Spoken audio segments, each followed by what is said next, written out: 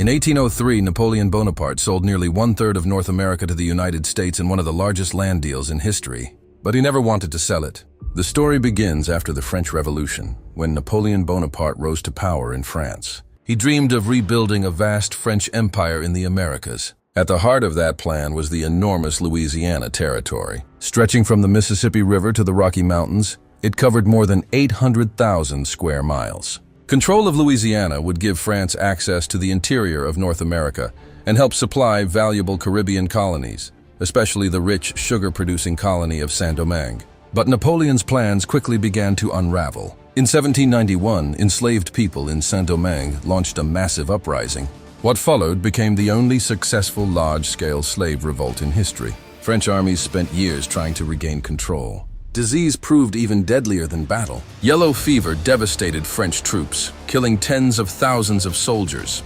By 1803, Napoleon realized that restoring France's Caribbean empire would be far more difficult than he had imagined. Without Saint-Domingue, Louisiana lost much of its strategic value. At the same time, Europe was once again moving toward war. Britain and France were preparing for another major conflict. Napoleon knew the powerful British Royal Navy could easily attack or seize Louisiana if war resumed. Rather than lose the territory without compensation, he began considering an unexpected alternative. Meanwhile, the United States had its own concerns.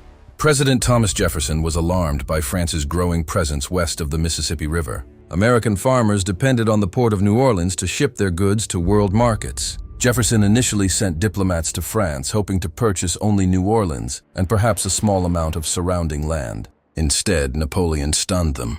He offered to sell the entire Louisiana Territory.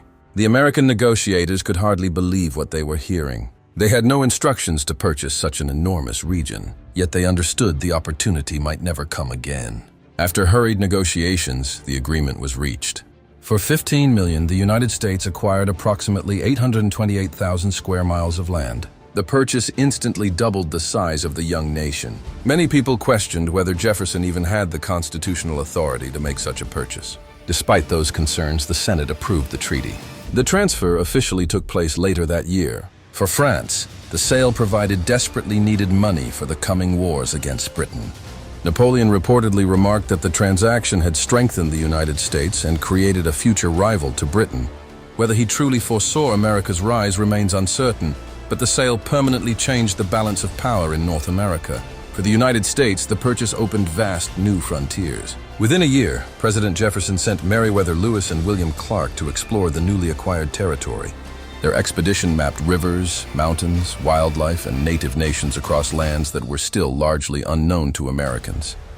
The Louisiana Purchase did not simply add land, it transformed the future of the United States. New states would eventually be carved from the territory. Millions of settlers would move westward over the following decades.